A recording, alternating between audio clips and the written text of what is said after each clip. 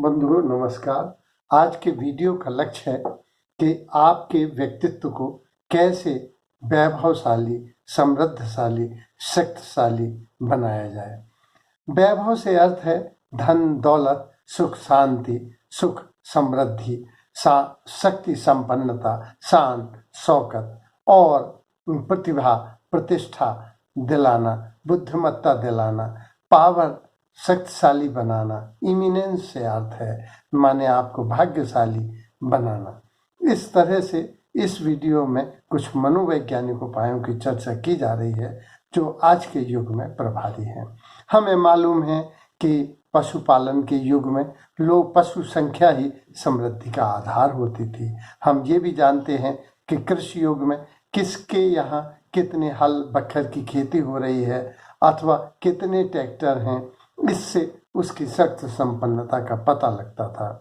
इसके बाद लोगों ने विभिन्न जेवर पहनकर यह व्यक्त किया कि वे कितने शक्तिशाली हैं। जेवरों से लोगों की शक्ति संपन्नता का आभास होता था। लेकिन आज का औद्योगिक युग है।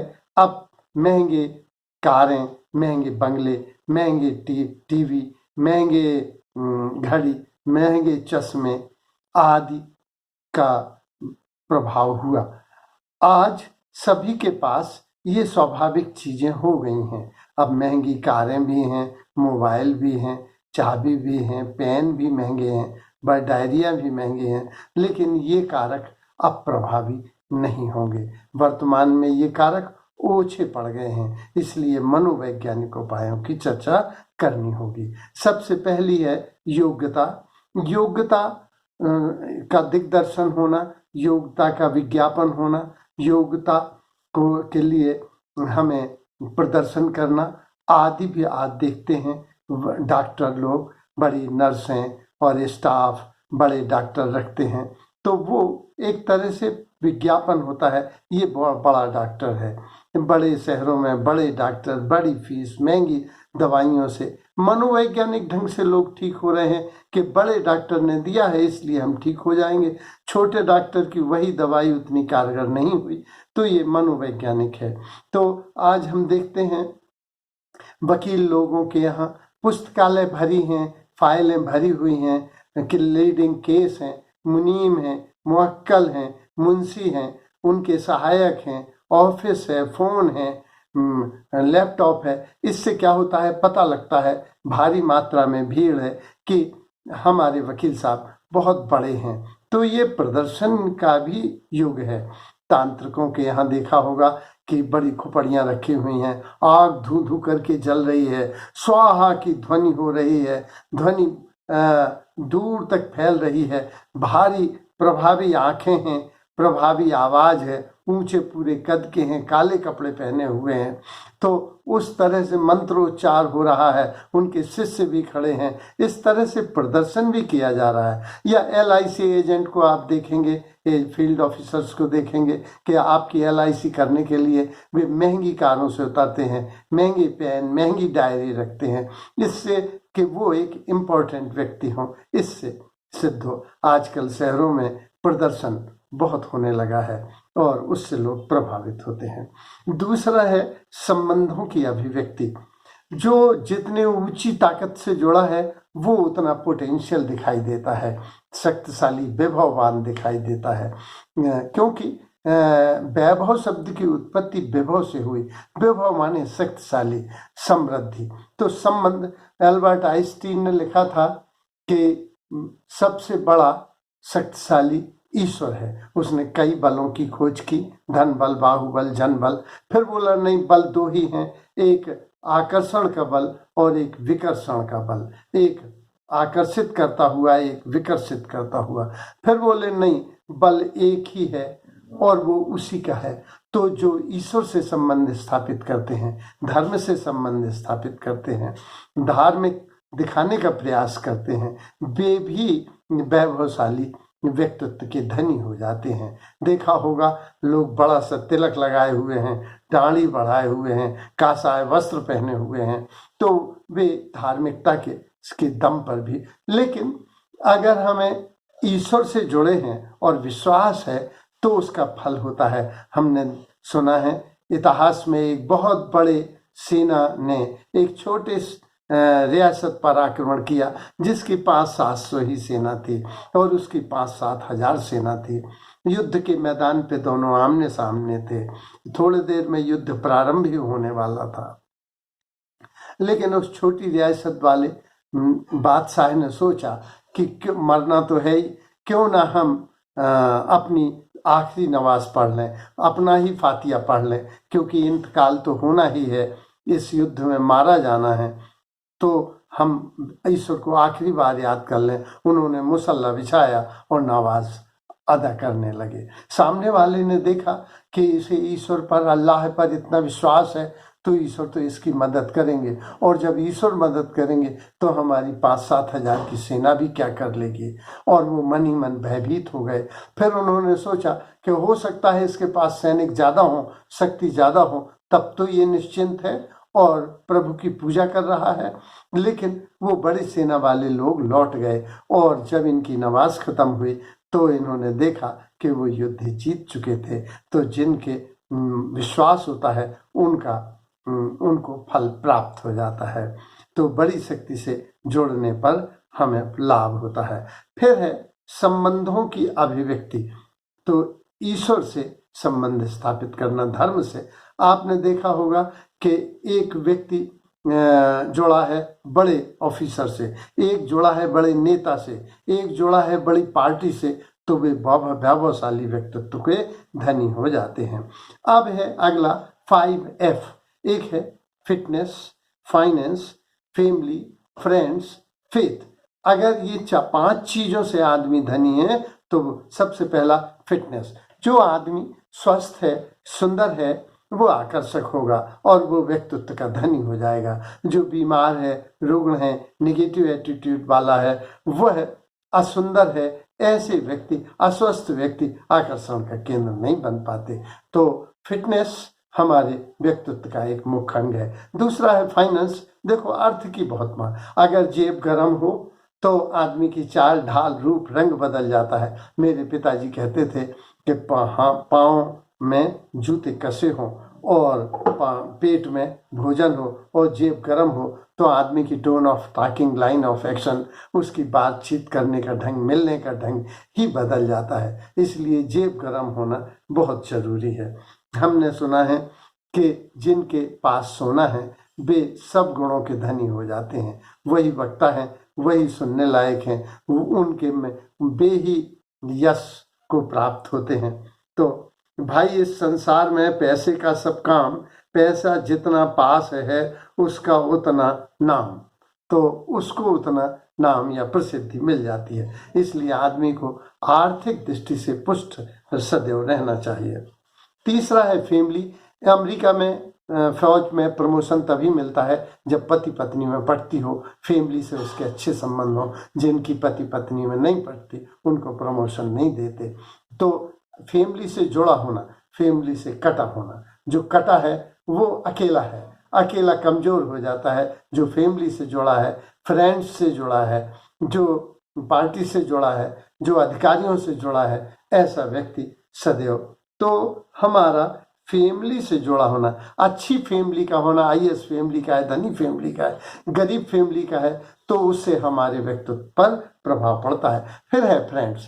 फ्रेंड्स हमें ऊर्जा देते हैं, ऊष्मा देते हैं। मित्रों के बीच में रहना स्वर्ग है, शत्रुओं के बीच में नर्क है। तो जहाँ मित्र होते हैं, अगर आप देखें 60 साल का अकेला व्यक्ति वो 65-70 जैसा लगता है, और वही जब 2 व्यक्तियों के बीच में, 2 मित्रों के बीच में हो जाता है तो वे 30-35 के लगने लगते हैं। और जब वे 3 हो जाते हैं तो 20, और 4 हो गए तो वे किशोरों जैसे उमंग उत्साह से भर जाते हैं। तो फ्रेंड्स बड़ी अच्छे मित्र हैं। तो जिसके पास अच्छे मित्र हैं वह धनी व्यक्ति है। और अच्छे मित्रों की पहचान मानस में बहुत बताई है। जे न मित्र है थों दुखारी, तेने बिलोकत पातक भारी।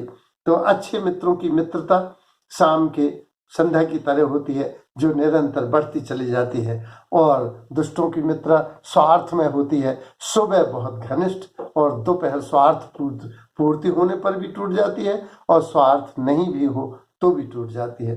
तो अच्छे मित्र आपका बहुत बड़ा धन है।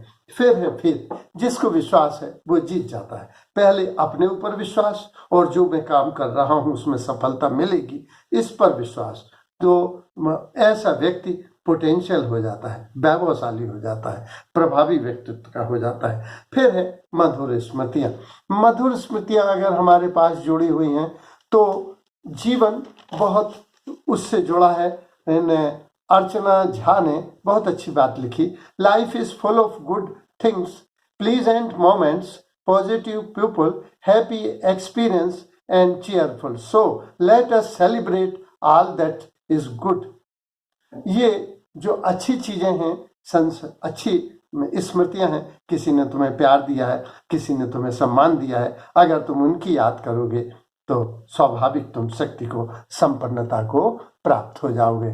एक कथा है कि एक राजा का बहुत शक्तिशाली हाथी था। वह राजा को बहुत प्रिय था क्योंकि उसने कई युद्ध जिताए थे। कालांतर में वो बूढ़ा हुआ और वो एक छोटे से पड़ोस की तलैया में फंस गया।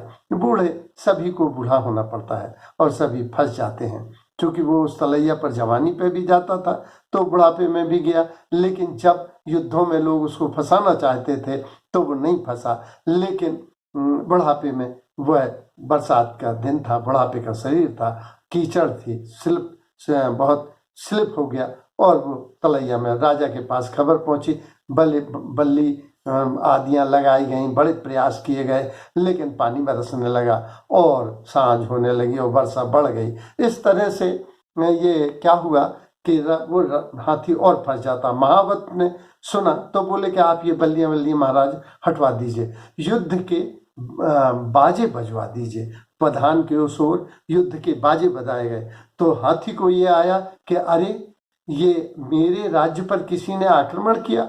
युद्ध उसे अपने पौरुष का, अपने युद्ध के समय का, अपनी जवानी की याद आई और वह खड़ा उछल के मैदान पे खड़ा हो गया। तो जब हम अच्छी स्मृतियों को करते हैं तो हमारा मन प्रसन्न हो जाता है और प्रसन्न मन हमको वैभवशाली बनाता है। दूसरा है सौंदर्य। सौंदर्य के प्रति आकर्षण होना स्वाभाविक है। सचरित्रता, सौम्यता, सुव्यवस्था सभी को अच्छी लगती है। एक एक्सपेरिमेंट हुआ जिसमें एक सुंदर बंदरिया बनाई गई और एक असुंदर बंदरिया बनाई गई। जो सुंदर बंदरिया थी उसके पास भोजन आदि नहीं रखा गया, लेकिन असुंदर के पास भोजन रखा गया। तो बंदर आते, असुंदर बंदरिया के पास भोजन तो कर लेते, लेकिन नाचते गाचते मैक्सिमम समय गुजारते वो जो सुंदर बंदरिया बनाई गई थी। तो सुंदरता आकर्षित करती है। हमको चाहिए कि हम अपनी वाणी में, वस्त्रों में, देह में, वैभव से ये प्रतीक कराएं, वपु से, वस्त्र से, कि हम एक सुंदर व्यक्ति हैं। तो आदमी को सुंदर दिखने का प्रयास करना चाहिए। अपने को सजाना साधना है और सुंदरता सभी को प्रभावित करती है। बुढ़ापे का भी अपना सौंदर्य है, सफेद बालों का अपना सौंदर्य है, जवानी का अपना सौंदर्य है। तो उस जहाँ जो हो उस सौंदर्य को उसे सजाना चाहिए। फिर है प्यार, प्रतिक्रिया और परोसना। हमने कितना प्यार से किसी को, प्यार से हमने मित्र कह दिया तो वह प्रसन्न हो गया और हमारा व्यक्तित्व बढ़ गया। हमने कैसी प्रतिक्रिया दी, अपने वो कैसा परोसा। एक चूहों पर एक्सपेरिमेंट हुआ कि एक वर्ग चूहों को प्यार से खाना दिया गया और दूसरे को अपमानित, दुत्कार कर, मार कर खाना दिया गया। तो दोनों का प्रभाव अलग अलग पड़ा। अब अभी तक हम ये समझते थे कि केमिस्ट्री ही सब कुछ है, लेकिन एक गिलास दूध अगर हमारी प्रेम का दे, पत्नी दे, तो उसका केमिस्ट्री एक होने पर भी वो बाजार से पिए तो उसका प्रभाव भिन्न भिन्न पड़ता है। तो केमिस्ट्री ही सब कुछ नहीं है, उसका भाव। खलील जिब्रान ने लिखा था, बेटियों अपने पति और परिवार के लिए पूरे मन से खाना बनाना, वरना दाल तो उबल जाएगी, उसमें स्वाद नहीं आएगा। तो प्यार बहुत बड़ी प्रक्रिया है। फिर है जवाहरलाल नेहरू ने लिखा था कि सचरित्रता के अभाव में हमारी आर्थिक समृद्धि कोई महत्व नहीं रखती। सचरित्रता के अभाव में हमारा बौद्धिक ज्ञान सुगंधित सौ की तरह है जो सड़ के मानता है। इसलिए सच्चरित्रता आदमी को सबसे ज्यादा वैभवशाली बनाती है। जैसे ज्ञानी का मौन, शक्तिशाली की क्षमा, दरिद्र का दान और समृद्धशाली की सादगी प्रभावित करती है। त्याग, सेवा ये आदमी के व्यक्तित्व को बढ़ाते हैं। उदारता, दया, करुणा, कृतज्ञता, मित्रता ये सब व्यक्तित्व को ऊंचा देते हैं। ईश्वर से प्रार्थना है कि आप इन गुणों से अलंकृत होकर अपने व्यक्तित्व को वैभवशाली बनाएं। धन्यवाद।